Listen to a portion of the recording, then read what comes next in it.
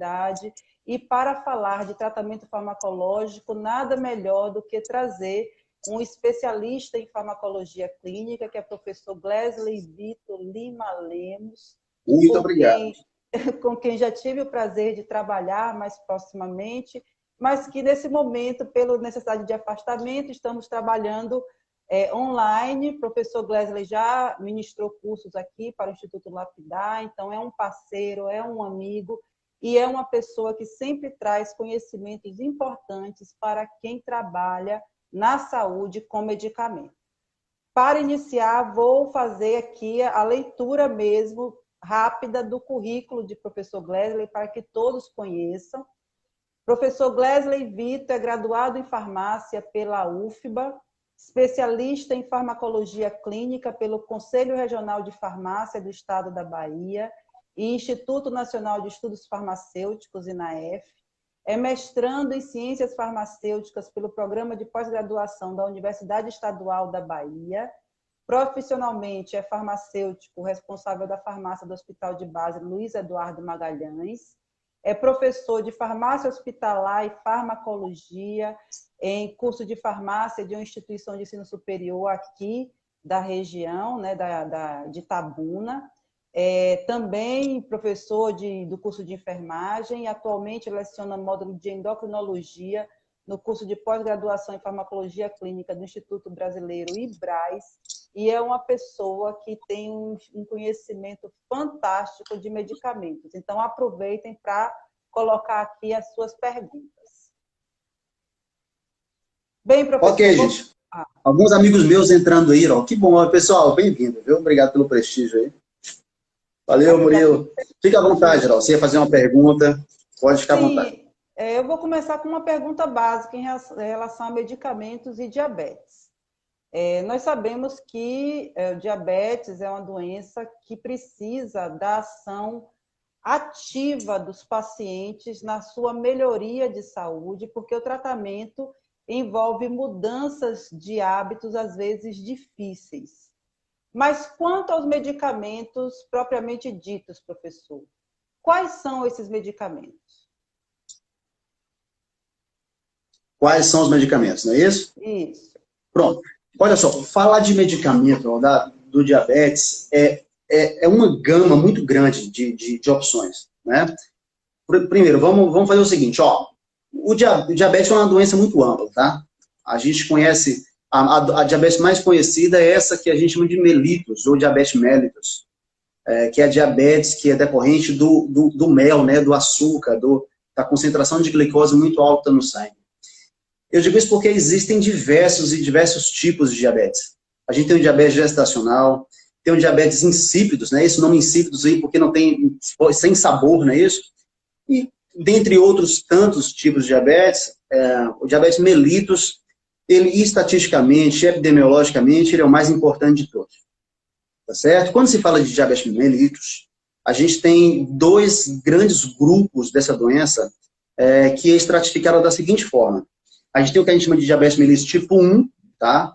E o diabetes mellitus tipo 2. O diabetes mellitus do tipo 1 é aquele diabetes que antigamente a gente falava dizia que era assim, ó, o diabetes insulino dependente, né? Enquanto que o tipo 2 era o insulino não dependente. Essa nomenclatura de dizer se é dependente ou não dependente, ela está em desuso. A gente até pode discutir depois por quê, e tem a ver com o tratamento. Essa coisa de ser diabetes mellitus tipo 1 ou tipo 2 não tem mais relação direta em ser dependente de insulina ou não. Os dois tipos podem ser dependentes. Mas na literatura a gente ainda usa muito diabetes mellitus tipo 1 e diabetes mellitus tipo 2. Por que é importante diferenciar isso? Porque a depender desse tipo de diabetes, o tratamento ele tem diretrizes totalmente diferentes. Apesar de que em algumas situações elas se confluam, tá certo? Mas no geral, a diabetes mellitus tipo 1, ela é decorrente de uma deficiência da produção pancreática de insulina. Tá certo? Essa deficiência, ela pode ser tanto relativa, né, o paciente vai perdendo aos poucos, e como ela pode ser também uma deficiência absoluta, o pâncreas parou totalmente de produzir insulina. Obviamente, o tratamento desse tipo de diabetes vai ser a administração de insulina para o resto da vida. Enquanto que o diabetes mellitus tipo 2 é o que a gente chama de diabetes relacionado à resistência insulínica.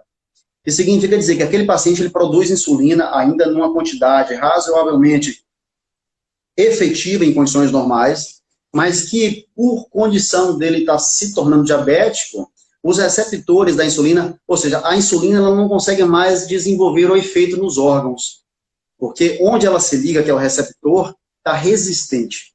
Então, esse é o diabetes mellitus tipo 2. Então, geralmente, esse tratamento, né, da diabetes mellitus tipo 2 consiste em ou aumentar a produção de insulina, que a gente chama de fármacos secretagogos, que pode ter ação direta ou indireta, ou então é aquele que a gente chama de fármacos que aumentam a sensibilidade do receptor de insulina.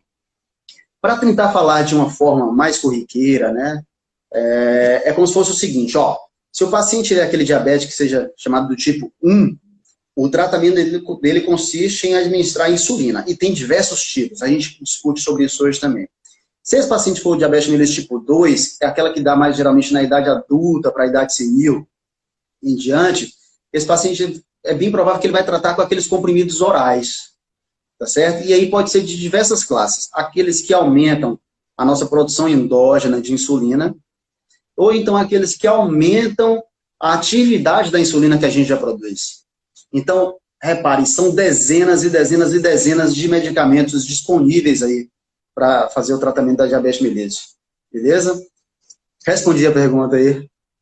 Respondeu, professor, respondeu sim. Eu sei que daqui a pouco vai ter mais desdobramentos quando a gente for trabalhando mais algumas outras perguntas aqui, mas respondeu sim. Excelente, excelente colocação. Obrigado, informações.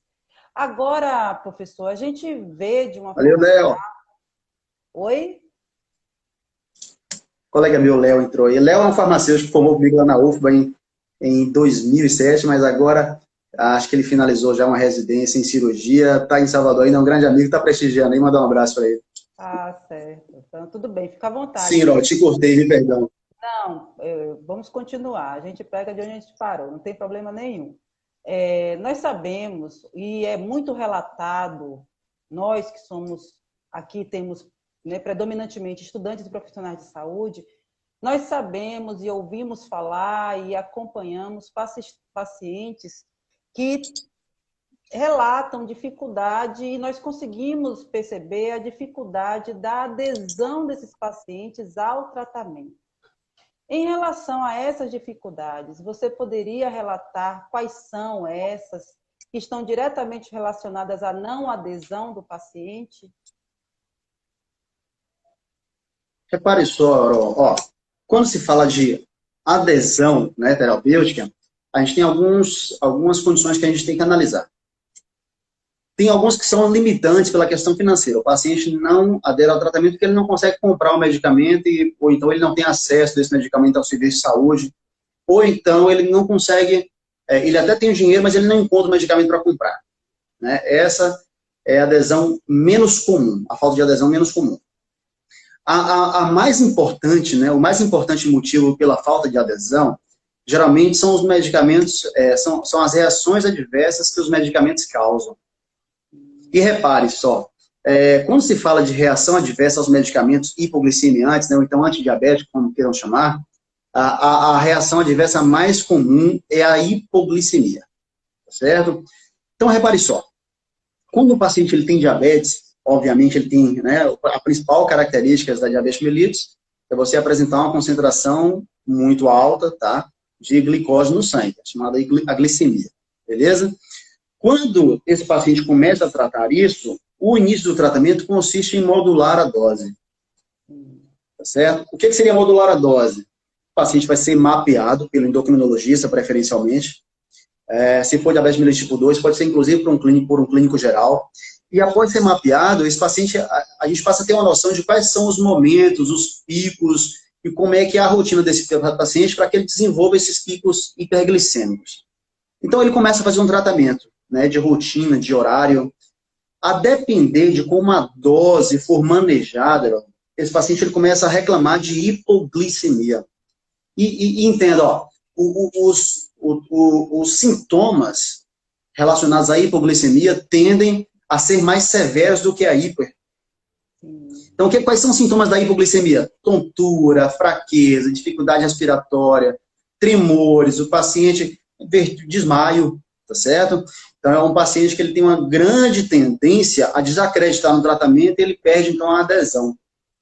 Tá certo? Porque ele fala, ó, eu fui diagnosticado diabético, eu não sentia nada, porque a maioria das vezes, a doença, ela é silenciosa até ela, de fato, se agravar, né? Aí o paciente se vê assintomático, tá? Doente, mas assintomático. De repente começa a tratar e começa a sentir alguns sintomas da hipoglicemia, ele vai e abandona o tratamento, certo? Outra condição comum é o fato de que diversos medicamentos orais para diabetes mellitus são da classe das sulfas, né? Por exemplo, as sulfanilureias, que são muito utilizadas. Que é, por exemplo, glibenclamida, glimepirida, gliclazida. E por fato de ser sulfa, a gente conhece já o efeito quando o paciente é etilista. Então, associar esse tipo de medicamento com álcool deixa o paciente numa sensação, poderia dizer, de uma ressaca muito piorada. Isso também acaba sendo limitador para ele aderir ao tratamento ou não. Mas, no geral, os medicamentos para diabetes, eles são seguros. Dos problemas que a gente tem relacionados ao tratamento medicamentoso de diabetes, aquele relacionado à adesão é o menos comum, sabe? Os pacientes, até porque os medicamentos, eles são de fácil acesso, certo? Mas quando se fala de dificuldade de aderir, geralmente é isso, ou dificuldade de comprar por questão financeira, ou então relacionado às reações adversas que são mais relacionadas com a questão da hipoglicemia. Assim, um dos medicamentos mais utilizados para diabetes, né, a metformina, que é um comprimido, né, diabetes mellitus tipo 2. Aí fala, tipo 1 também usa em algumas condições especiais, sim, mas é um medicamento do diabetes mellitus tipo 2, né? A depender de como o paciente administra esse medicamento, ele pode começar a reclamar de algumas situações que a gente chama de acidose, certo? O que seria? Quais são os sinais que ele sente? A respiração dele, o paciente fica com a respiração mais acelerada, certo? Esse paciente ele pode ter tendência a ter cãibra, diarreia. São sinais em que a gente percebe que esse paciente está tendo a acidose metabólica, a acidose lática decorrente do uso de metformina. Isso aí a gente consegue resolver, às vezes até com mudança de horário da administração do medicamento, até com o tipo de refeição que o paciente faça, a depender da conversa que a gente tiver com ele. Mas no geral mesmo, a gente vai ver poucos relatos de reações adversas importantes que impactam na adesão terapêutica do paciente. Tem pouco relato, elas não são muito decisivas na questão do sucesso terapêutico do paciente com diabetes mellitus. Poderíamos então dizer, professor, que se houver a não adesão relacionada ao tratamento farmacológico, seria mesmo uma questão humana de ter resistência em repetir determinados... Porque a gente sabe que até nós que somos da saúde, se nós tivermos que fazer uso de um medicamento de forma crônica, né, vão haver algumas falhas, alguns erros de tomada, alguns esquecimentos. As pessoas, de uma forma geral, relatam isso. Então, a não adesão associada ao tratamento farmacológico seria mais ou menos direcionada para essas questões? E isso aí é uma coisa que acontece mais quando o paciente faz a polifarmácia, né? O que seria isso? É usar 2 ou mais medicamentos, ainda mais em doenças crônicas, isso é muito comum mesmo. O paciente, às vezes, entra num estágio, né, de fatores de riscos associados, o paciente tem comorbidades, ele tem uma hiperglicemia muito severa, ele é de difícil controle, esse paciente ele tem que fazer polifarmácia. Tá? Às vezes, inclusive, mesmo sem diabetes mellitus tipo 2, ele tem que usar insulina associada. O fato de fazer polifarmácia e o fato de ser doença crônica, ou seja, ele vai conviver com essa doença o resto da vida, faz com que ele tenha dificuldade, num momento ou outro, de um determinado, né, numa determinada tomada do medicamento, ele esquecer da dose. Tá certo? Pronto. 2 coisas a serem observadas aí. Primeira questão de que na próxima tomada ele pode repetir, tomar dobrado, o que é pior. Então, o paciente deixou de tomar uma dose de medicamento, esqueceu. Lá no próximo horário ele vai tomar a dose dobrada, né, repetida? Não, isso não é conveniente porque ele pode intoxicar. E o segundo ponto, já pensando mais na questão da adesão, o fato dele ter esquecido uma dose, é importante que isso não seja rotineiro. O paciente precisa adequar os horários dele, da rotina dele, à tomada de medicamento. Tem alguns medicamentos para diabetes, por exemplo, que toma de jejum, que pode ser de jejum. Então, acordou, toma o medicamento. Tem alguns outros medicamentos que são interessantes usar após a refeição ou durante a refeição. Isso também auxilia, melhora a questão da adesão. Se for insulina, a depender do tipo de insulina, usa logo quando acorda, ou então logo antes das refeições, tá certo? E o paciente, ele precisa ir inserindo esse tipo de rotina, tá? E criando estratégias para que ele não esqueça da tomada de medicamento. Hoje tem até aplicativos em smartphone que ajudam isso, né? Ele chega no horário lá, ele alerta, ele apita, ele manda um recado para o paciente, o que for. Tem algumas formas de criar estratégia para o paciente aderir melhor aos horários. Quando é num consultório, geralmente, de atenção farmacêutica, a gente cria uma tabela onde coloca lá os horários direitinho, faz um remanejamento ideal daqueles horários para que o paciente não tenha muita administração durante as 24 horas do medicamento.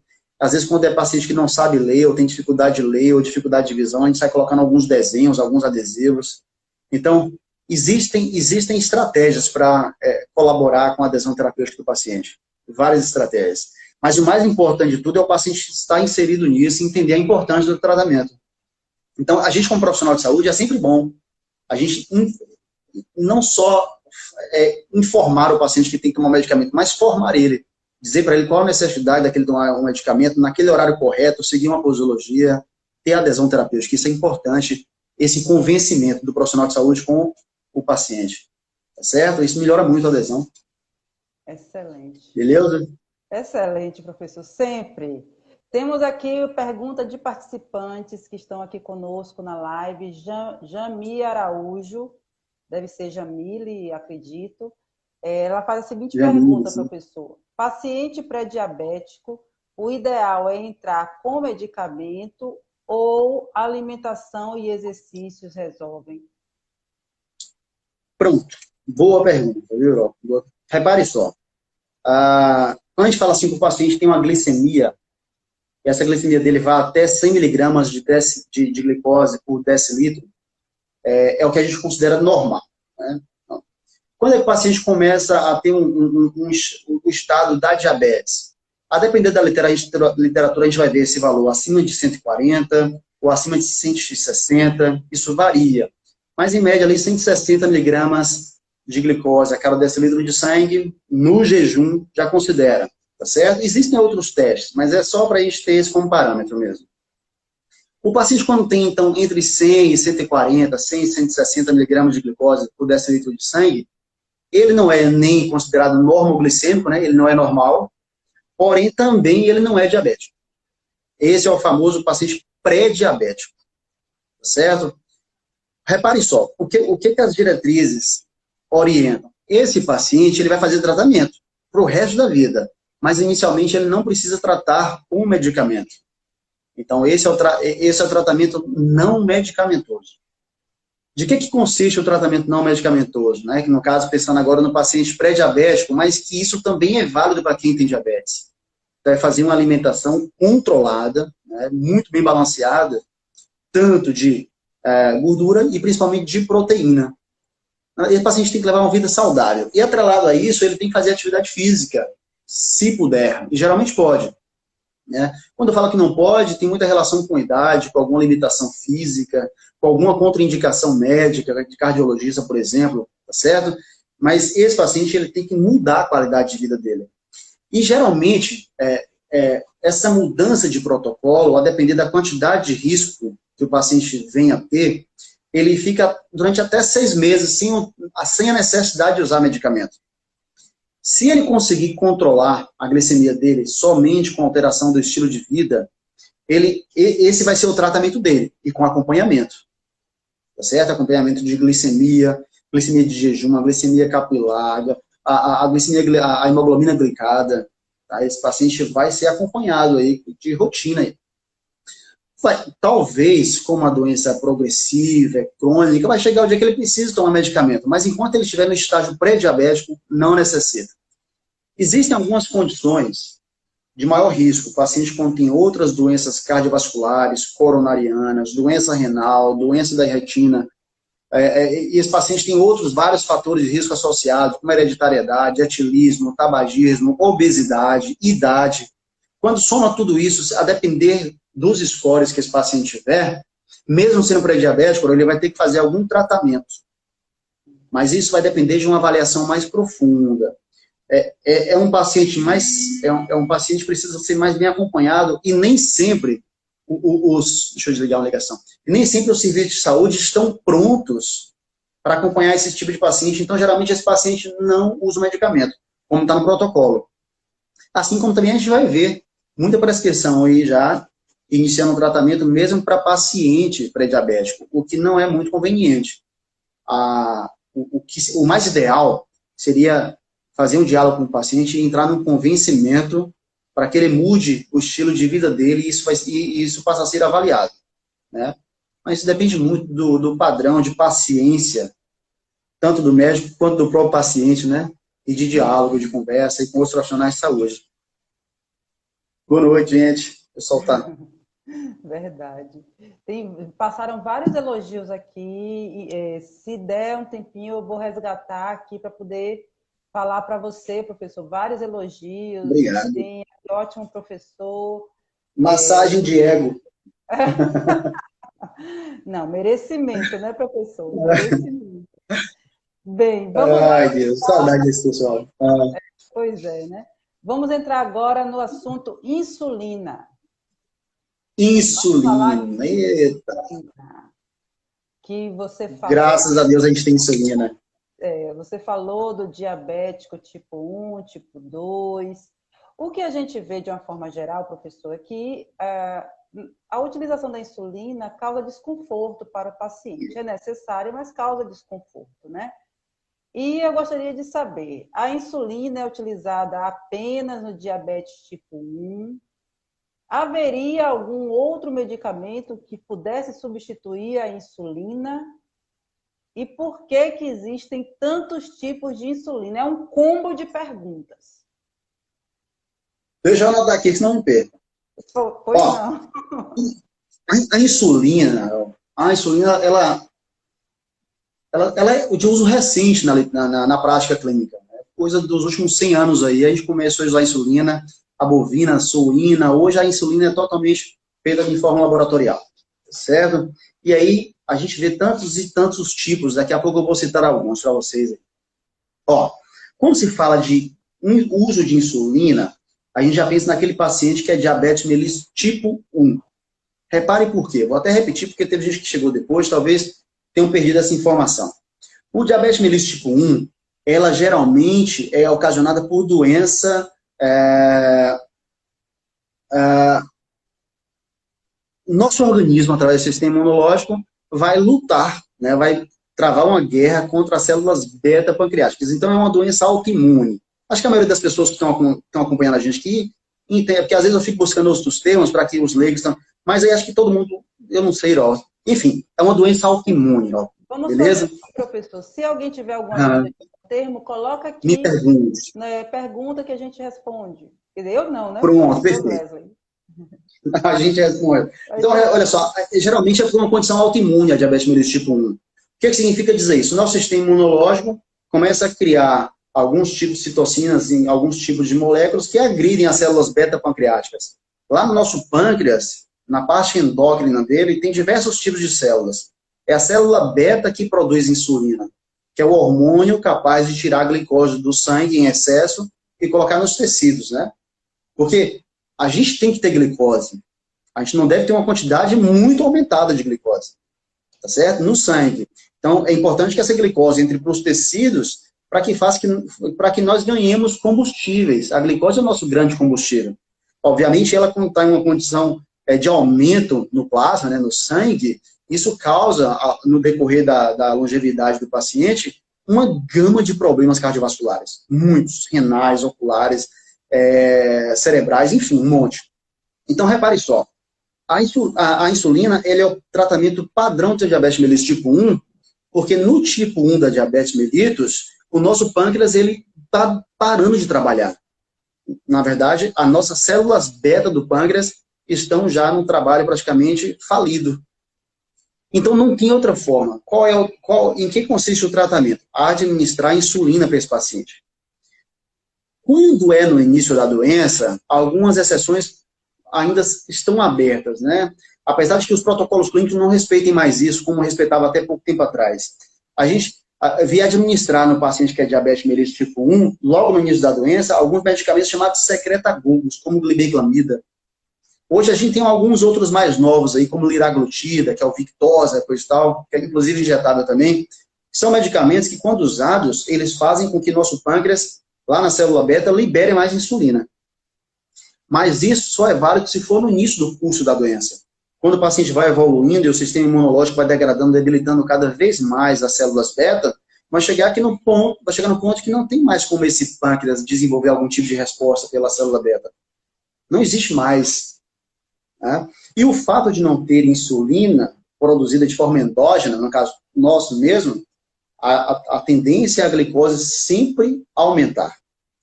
Até que o paciente entre em choque. Tá certo? Pronto. Então, como é que trata diabetes mellitus tipo 1? Administrando insulina. Não tem jeito. Os laboratórios farmacêuticos, no decorrer de todos esses anos de estudo, de pesquisa, de fomento do tratamento da diabetes mellitus, os laboratórios foram fazendo alguns tipos de tecnologias e que, associando essa molécula de insulina com alguns aminoácidos, a depender do local da cadeia, modifica totalmente a farmacocinética da insulina. Então, repare, a gente tem insulina, que administrada agora, ela já tem um pico de ação em 30 minutos, como a gente tem também insulina, que administrada agora, ela não faz pico nenhum, mas age por 24 horas. É daí que vem esse tanto de tipo diferentes, de diferentes insulinas. A gente tem insulina, por exemplo, de ação ultra curta, de ação moderada e de ação lenta, longa ou prolongada. A gente vai ver vários tipos de nomes na literatura aí. Tem alguém, a gente até perguntando, né, insulina Lispro, insulina Lantus, tá? Então, se a gente pensar, por exemplo, a insulina Lispro é porque pegou 2 aminoácidos, a lisina e a prolina, somou isso na cadeia da insulina, e essa inclusão de 2 aminoácidos fez com que a molécula tivesse outra cinética no nosso corpo. Então, a insulina Lispro, ela começa a fazer efeito em 10 minutos depois de administrada. Se a gente pensar bem, comi um pedaço de pão aqui agora. Esse pão, o açúcar dele começa a ser absorvido no nosso corpo, em 10 minutos já começa a aparecer pico de glicose. Então, é um tipo de insulina que assim que eu estou comendo, eu já posso administrar. É diferente da insulina regular, por exemplo, que ela demora 30 minutos para fazer o seu pico de ação. Então, o paciente que vai usar insulina regular, ele tem que saber, você tem que usar uns 20 minutos antes da sua refeição. Se for insulina de ação ultra curta, não, ele pode usar, assim que ele senta na mesa para comer, ele já administra a insulina e já pode iniciar a refeição. A insulina, por exemplo, a NPH, ela foi a insulina que dessas de ação de médio prazo, né, de ação chamada de moderado, tempo moderado de ação, tempo longo, a insulina NPH foi a primeira. Ela fez essa sigla porque ela foi associada nela uma proteína neutra, tá? De um cientista chamado Hagedorn. E aí esse sujeito associou essa proteína e mudou a farmacocinética. Dessa vez agora, aí a gente tem uma insulina que ela pode agir por até 12 horas. A insulina NPH foi uma transformação no tratamento do diabetes mellitus. Porque imagina que você tem uma insulina que age por até 12 horas. Significa dizer que você tem um estado basal de insulina e você está chegando próximo de mimetizar, né, de imitar o que o nosso pâncreas já faz. Pronto. Baseado nisso, hoje a gente já tem outros tipos de insulina que duram até 24 horas, inclusive até mais. A insulina glargina, que o pessoal chama de insulina Lantus, ela tem uma ação por em torno de 24 horas. Essa é aquela que o paciente usa uma vez só por dia e ela vai deixar o paciente com um estado basal de insulina. Isso significa dizer que ele não vai ter picos de insulina se depender só dessa, certo? Então ele não pode sair comendo qualquer coisa. Por isso que a gente tem que associar. É muito raro a gente ver um paciente fazendo tratamento de diabetes mellitus tipo 1 em monoterapia, ou seja, só com um tipo de insulina. Esse paciente ele vai associar tipos de insulina, porque quando a gente usa insulina de ação curta ou ultra curta, a curta o SUS dá, a outra curta o cara tem que ou judicializar ou comprar. Quando é de ação curta, O sujeito vai ter que, ele tem que ter a ciência de que ele vai administrar a insulina e logo após ele vai fazer uma refeição. E essa insulina de ação curta, ela vai impedir que a gente tenha pico de glicose. Ela não mantém um estado basal de glicose no nosso corpo. Isso quem faz é a insulina de ação moderada ou prolongada, como o NPH, a detemia, a glargina. E é por isso que a gente tem, né, por sorte, inclusive, a gente tem diversos tipos de insulina, diversos tipos de combinação. Hoje já tem aquelas famosas canetinhas, né, que vêm com tipos diferentes de insulina já associadas para o paciente administrar. E uma informação importante, sabe o que é, ó? As insulinas, elas podem ser misturadas uma na outra. E isso não, exceto a glargina. E isso não reduz a farmacodinâmica, a efetividade, a segurança do medicamento em nada. Então, a gente pode usar no mesmo frasco, na mesma seringa, insulinas diferentes e administrar no paciente numa tomada só, numa administração só. Isso evita que o paciente tenha várias picadinhas durante o dia ali, né, do medicamento, várias administrações.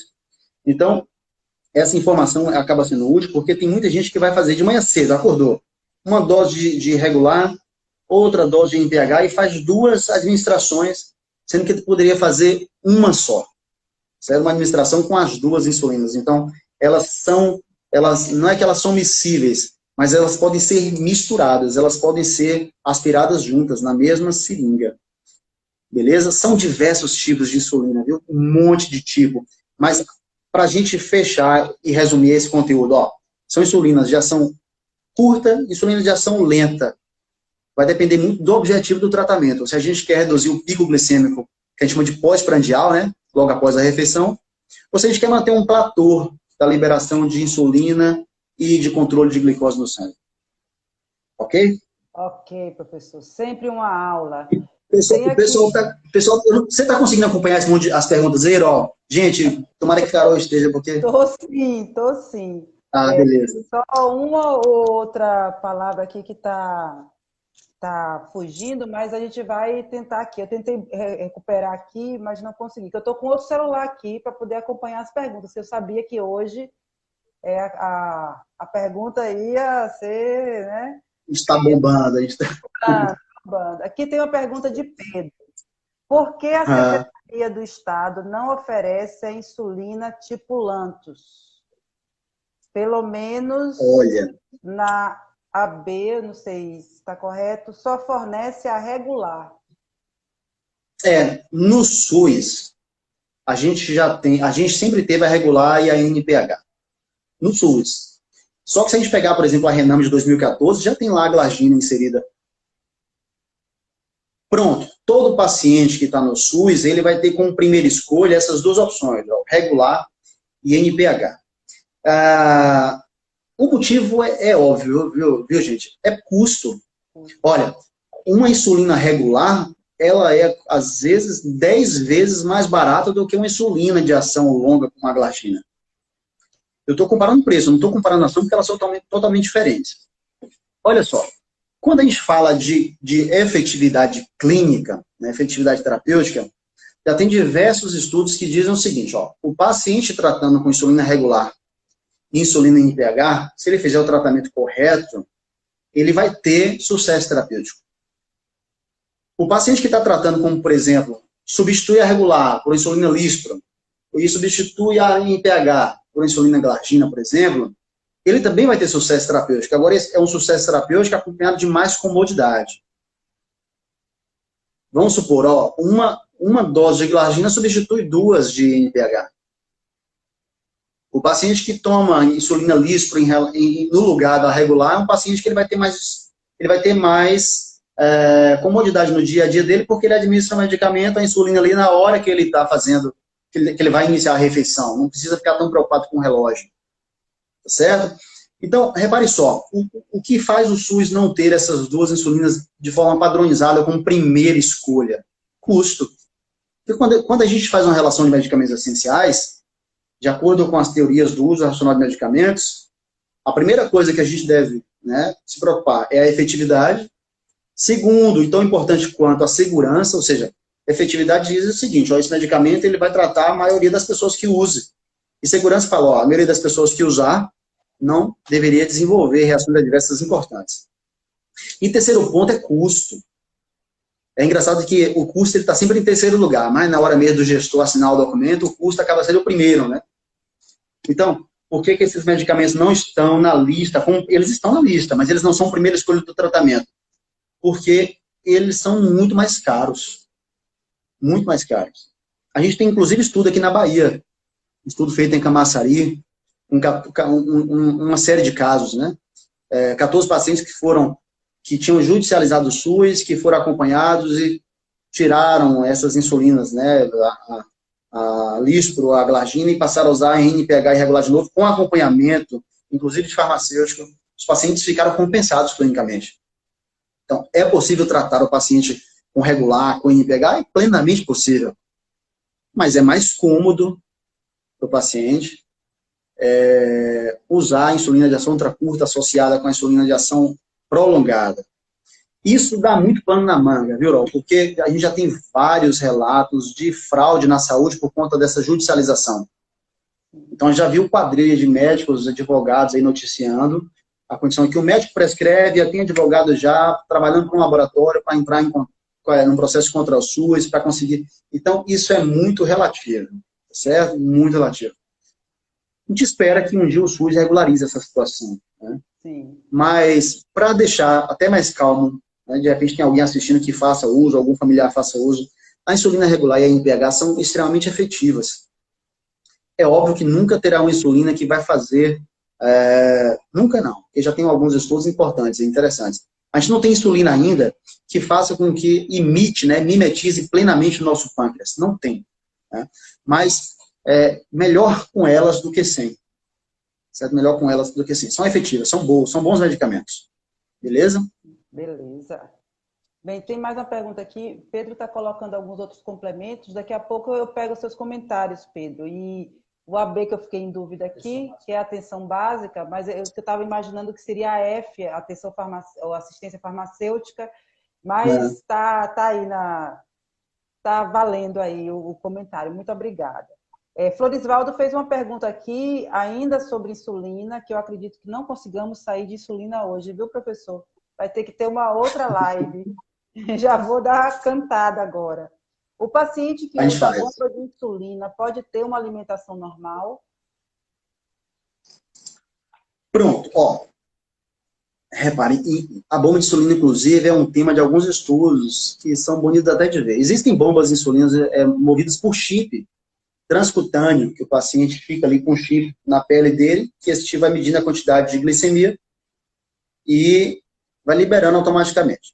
Como é que geralmente funcionam as bombas de insulina? O paciente já está lá administrado, ele já tem um acesso, né? Ou seja, ele tem um aparelhozinho que ele já tem acesso ao tecido subcutâneo do paciente, por assim dizer. E essa bombazinha, ela vai controlando a liberação de insulina baseado no comando que ela recebe. Pronto. O que a gente mais conhece são aquelas bombas em que o próprio paciente faz o comando. Hoje já tem, né, alguns países, inclusive, já estão em uso as bombas automáticas. O paciente, ele insere a bomba, tá, é microcirúrgico, e aí essa bomba fica controlando, fica medindo a glicemia do paciente e já vai controlando a liberação de insulina. Pronto. O que modifica em relação à bomba? Primeiro, o paciente ele já está lá com acesso, ele não vai ficar fazendo várias administrações, várias picadas, né, com a seringa, com a caneta, por dia. E a outra vantagem é que o paciente controla a quantidade de insulinas que ele vai administrar ali, vai mandar a bomba administrar, tá certo? O risco é o paciente calcular errado ali, a depender do que ele for comer e fazer, sei lá, uma subdose ou uma hiperdose. Esse é o risco. Mas quando se fala de bomba de insulina, a gente está falando de qualidade de vida do paciente. É um paciente que ele vai ter, provavelmente, melhor adesão terapêutica, como a gente estava falando. É um paciente que ele vai ter mais comodidade, tá certo? É um paciente que vai sofrer menos a administração das insulinas no dia a dia. Apesar de que hoje, com a tecnologia, as canetinhas, as doses bem limitadas, tudo muito bem apurado, isso facilita muito o paciente com diabetes mellitus tipo 1. Mas o que chama mais atenção é que O paciente com diabetes mellitus tipo 1, Carol, ele de fato é um paciente que ele tem que ter muito cuidado, a gente tem que ter muito cuidado com esse tipo de doente. Porque ele tem uma qualidade de vida muito reduzida comparado com outras pessoas. E a doença é crônica, progressiva, degenerativa. Tem uma tendência desse paciente, de fato, precisar cada vez mais de cuidados. Se ele tiver condições de ter a bomba, ele melhora a qualidade de vida dele, sem dúvida nenhuma. Mas sempre se atentando para o cálculo que ele vai ter que administrar ali, né? E sempre também mantendo os cuidados individuais, né? De mudança de estilo de vida, de melhoria de qualidade de vida, porque o fato de ter a bomba, às vezes, deixa o paciente um pouco mais também desinibido para alguns tipos de estilo de vida, de refeições, de redução da adesão da atividade física. O fato de ter bomba, na verdade, tem que ser mais um cuidado, e não significa que o paciente vai ter outros desleixos, tá certo? E negligenciar a terapia. Beleza? Mas é um tratamento importante. Certo. Tem outra pergunta aqui de participante, Santos. Um paciente pré-diabético com histórico familiar precisa iniciar o tratamento farmacológico de imediato? Não. Mesmo com histórico familiar. Mesmo porque não é o único. Porque repare só, o histórico familiar, por assim dizer, como fator de risco, ele não determina sozinho que o pré-diabético tem que usar o tratamento, usar o medicamento, né, para tratar essa condição que ainda não é considerada patológica, definida, consumada. Então, o paciente que é pré-diabético, ele ainda não entrou no grau de diabetes estabelecidas pelas sociedades e as normativas internacionais, nacionais, enfim. O paciente que é pré-diabético, o primeiro tratamento dele é o não farmacológico. Então, se ele vai precisar um dia de usar medicamento, é muito provável que sim, viu? É muito provável que sim, mas de imediato, de jeito nenhum. O paciente precisa passar um tempo sendo acompanhado, fazendo modificação do estilo de vida. Geralmente consiste em perda de peso, em melhoria da circulação, né, da circunferência abdominal. O paciente precisa fazer atividade física, reduzir níveis de colesterol. O paciente que tem que levar uma vida o mais correta possível, né, pensando na situação endócrina dele. Certo? Um paciente precisa ser muito comedido. E a depender da condição, se outros riscos aparecerem, e se o estágio dele piorar, se a gente fala clinicamente descompensar, aí sim ele precisa fazer um tratamento medicamentoso. Certo? De imediato, não. Valeu, Flores. Tem uma outra pergunta aqui. Vaninha. Quais os efeitos colaterais da insulina no organismo? Não, pronto, eu já vi algumas aberrações, mas no geral é seguro. Pronto, vamos começar pelo mais comum. Quais são os efeitos colaterais mais comuns de insulina? Hipoglicemia, aí pode ser severo. Inclusive, causar coma no paciente, o paciente entrar em choque, óbito. Então, insulina mata, imagina, é um perigo a insulina, viu, Carol? A insulina, se ela é administrada de forma errada, ela leva o paciente para o choque. Tá certo? Mas, no geral, é muito segura ela sendo bem administrada. Eu já vi algumas aberrações que eu já acompanhei um paciente que ele apresentou síndrome de Guillain-Barré por conta do uso de insulina. Agora, imagine. A gente não consegue nem esperar isso, né? O paciente tem uma síndrome dessa, uma condição rara, que pouco é descrito com insulina, apresentou. Esse paciente, inclusive, foi aqui no hospital de base. Um tempo atrás, ele foi a óbito, porque com a síndrome de Guillain-Barré, ele apresentou muita infecção, tá, hospitalar, e aí a gente não conseguiu salvar esse paciente. Então, tem essas aberrações. Mas, no geral, ela é segura. O que a gente tem que ter cuidado é com dose. Se colocar uma sobredose de insulina para esse paciente, ele pode ter uma crise hipoglicêmica e pode ser, inclusive, fatal. A gente fica brincando, todo diabético ele é movido ao doce. Então, o paciente que é diabético, ele tem que ter uma balinha ali, um pedaço de rapadura no bolso, ele tem que ter o combustível dele. O paciente diabético, ele tem que ter açúcar perto dele. Né? Inclusive para um risco desse, em que ele errar possivelmente a dose da insulina, então ele errou o horário, tomou a insulina agora, que era para fazer uma refeição daqui 15, 20 minutos, ele só fez daqui 50, ele vai começar a apresentar os sinais, os sintomas de de hipoglicemia e são drásticos, viu? Sim. Isso incomoda demais o paciente. Beleza? Mas geralmente é segura. Dependendo da intensidade, a Sim. hipoglicemia é preocupante, digamos assim. Urol, você conseguiu acompanhar as perguntas aí? Estou acompanhando, sim. Aí aqui Pronto, que eu tem fui falando. agradecimento à resposta, tem alguns comentários, mas vamos lá, continuando. Sim, vamos Professor, lá. temos somente 9 minutos, É, certo? Porque agora a gente vai entrar em hipoglicemiantes orais. os horários. Os orais. Bom, Quais os ó, tipos que existem? isso é um monte. Ó, quando se fala de hipoglicemia antes orais, a gente já está falando já do tratamento mais para o diabetes mellitus tipo 2. Mas isso não é muito engessado, não, tá? Você fala assim, o tratamento do diabetes mellitus tipo 1 é com, é com insulina. Bom, é de fato. Diabetes mellitus tipo 1, que é aquela que o paciente tem deficiência pancreática, né? O paciente não consegue produzir insulina, o tratamento é insulina. Você fala, tem alguma chance desse paciente usar algum hipoglicemia antioral? Tem, tem.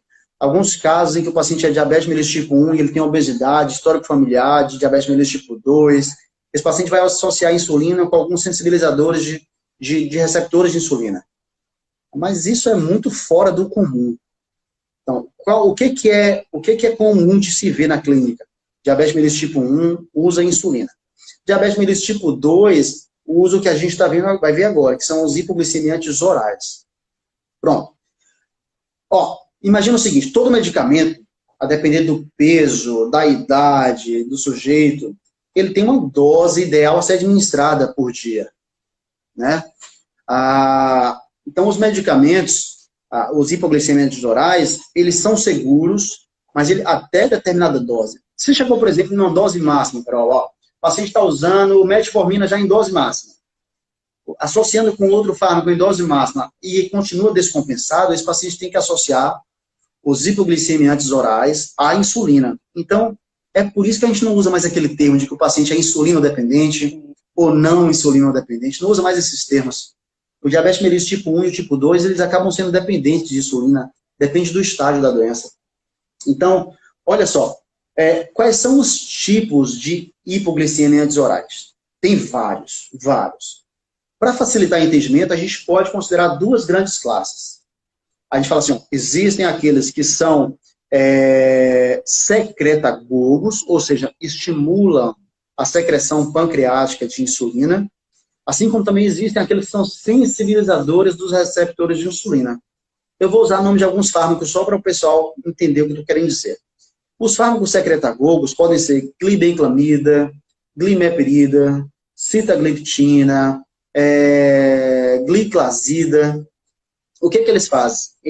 Eles, quando estão biodisponíveis, né, ou seja, quando chegam no nosso sangue e vão encontrar o receptor deles para fazer efeito, eles fazem com que o pâncreas fique excitado e essa excitabilidade, essa contração vai aumentando a secreção insulínica no nosso corpo. Por isso que a gente chama eles de secretagogos. O que é importante as pessoas que usam esses medicamentos ter noção? São medicamentos, que eles precisam ser usados antes das refeições. 1 hora, 30 minutos, 15 minutos, depende de qual tipo do fármaco o paciente está usando. Porque repare, quando a gente faz uma refeição, geralmente tem carboidrato ali. Os carboidratos eles demoram em torno de 10 minutos para serem absorvidos. Se o medicamento, por exemplo, que eu estou utilizando, ele demora 40 minutos, 60 minutos para começar a ser absorvido, então eu tenho que tomar em torno de 50 minutos antes da refeição. Entendeu? Porque senão eu não vou conseguir ter a efetividade clínica, né, da monografia, da bula do medicamento. Pronto. Esses são tipos de medicamentos que a gente chama de medicamentos secretagogos e leva esse nome porque eles estimulam a secreção de insulina. Os outros tipos são aqueles sensibilizadores da ação de insulina. O que isso quer dizer? O paciente está produzindo insulina, mas a insulina não é efetiva. Onde é que a insulina age no nosso corpo? Geral, os 3 principais locais músculo, tecido adiposo e fígado. Quando a insulina age nesses tecidos, ela faz com que esses tecidos aumentem a captação de glicose E isso faz, então, que o paciente mantenha a normoglicemia, né? O paciente fica com glicemia normalizada. Se a insulina não faz efeito nesses órgãos, ou seja, esses órgãos não captem mais a glicose, essa glicose acumula no sangue, e aí o paciente vai entrando na hiperglicemia, que é o principal critério para diagnóstico da diabetes mellitus. Pronto. Então, essa outra classe dos antidiabéticos orais, dos hipoglicemiantes, são classes que sensibilizam os receptores de insulina. A depender do autor que a gente for ler, livros de farmacologia, esse nome, por exemplo, hipoglicemiante, ele é o mais utilizado, mas tem uma classe, por exemplo, a classe da metformina, que é uma biguanida. Não se usa esse termo. Alguns autores usam, mas o termo mais correto sendo utilizado é que é o medicamento anti-hiperglicemiante. Então, o que isso quer dizer? Eu não sou diabético. Se eu tomar uma dose considerada normal para o humano, né, de um comprimido de diabetes, eu não vou ter hipoglicemia. Porque a metformina não é hipoglicemiante, né? Ela é anti-hiperglicemiante, porque ela sensibiliza o receptor de insulina. Então, para que ele faça efeito, tem que haver liberação de insulina, tem que ter carboidrato no sangue, tem que ter necessidade do tecido absorver essa molécula. Então, são essas duas grandes classes. Os secretagogos, que tem as sulfanilureias, tem as glitinidas, tem esses novatos, né, que tem um mecanismo diferente. Tem um hormônio produzido no nosso intestino, chamado GLP-1. Ele é produzido no intestino delgado e ele tem uma ligação direta com o pâncreas endócrino, e ele faz com que o pâncreas aumente a liberação de insulina. Então, alguns medicamentos como Victoza, que é o liraglutida, tem outros chamados sitagliptina, que eles estimulam o GLP-1 a agir sobre o pâncreas e estimular a liberação de insulina. A gente chama de secretagogo de ação indireta, mas é tudo secretagogo, certo? E tem também algumas novidades aí chegando no mercado, que estão, inclusive, como segunda escolha da metformina. Por que eu digo segunda escolha? Porque a metformina, além de ter um preço bom, é um medicamento muito efetivo e gera poucos riscos, exceto pela acidose. Então, tem muito... Está acabando o nosso tempo, né? Não vai dar para a gente falar de todas as classes, mas que fique gravado isso só na cabeça das pessoas. E a gente depois marca um dia para discutir mais. Os hipoglicemiantes orais, eles são da classe dos secretagogos, porque estimulam a secreção de insulina, ou então eles são sensibilizadores da ação de insulina. Eles fazem com que a insulina tenha um efeito melhor. Deu para entender? Para mim, deu. Deu? Deu. Bem, professor, nós estamos já no limite do nosso tempo para que a gente possa se despedir dos participantes. Tem aqui alguns elogios, aqui mesmo, Fernando, saudade dessa dupla, Marta colocou anteriormente o elogio, nós acompanhamos... Obrigado, gente. E os Pedro aqui colocando top, Murilo colocando aqui os aplausos tão merecidos pelo professor Glesley. Nós queríamos agradecer. Silvio também colocando aqui. Silvão. Não vai dar para falar. É um prazer, viu, participar. É sempre bom, Aurora, estar aqui contigo, tá? Então, eu vou entrar nessa sociedade, pode me chamar, toda vez que precisar, estou aí contigo. Tá? Délio, obrigado. Valeu, Flores. Sim. Obrigado pelo convite, ó. Meu querido, eu que tenho que agradecer por você ter aceitado mais uma vez. Às vezes eu fico meio tímida, só que não, de te convidar. Mas porque eu sei como é que são as atribuições todas, você na farmácia hospitalar, na docência. Mas sempre é bom a gente trazer conteúdo de farmacologia para os nossos seguidores, para os nossos participantes da live. Já estão aqui pedindo para marcar outra live, mas agora só ano que vem eu prometo, e agora eu passo a palavra para que você possa se despedir. Pessoal, gente, tá acabando, né? Mandar um beijo, Sora, pode falar. O COFAC, o Congresso de Farmacologia Clínica, professor Vitor vai palestrar, viu? Palestra fantástica. Então agora pode... Apareçam lá. Gente, falta 10 segundos, um abraço para vocês todos. Obrigado. Um beijo para todo mundo aí, bons estudos, boa semana para todo mundo. Cuida da glicose, né? Pelo amor de Deus, isola, né, gente? O Covid está voltando aí com força, cuidado. Um beijo para você, fica na paz. Beijo, tá? Tchau, gente. Até a próxima. Tchau, pessoal. Muito obrigada. Valeu, Brenão. Um abraço.